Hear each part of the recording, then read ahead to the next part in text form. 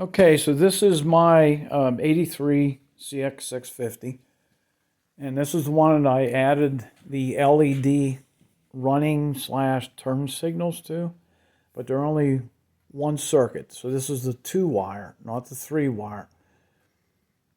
Now, when you turn the key on, it backfeeds into the indicators, turn signal indicators. Everything else is normal. I mean, you've got good, bright running lights, and turn signals are the same way.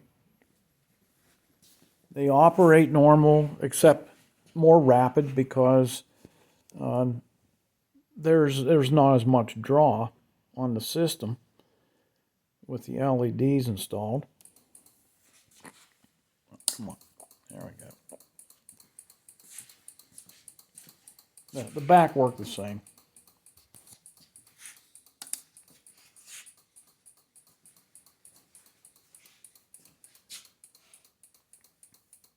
So by adding the diodes to both indicator feed wires, that should eliminate both the turn signals being on all the time.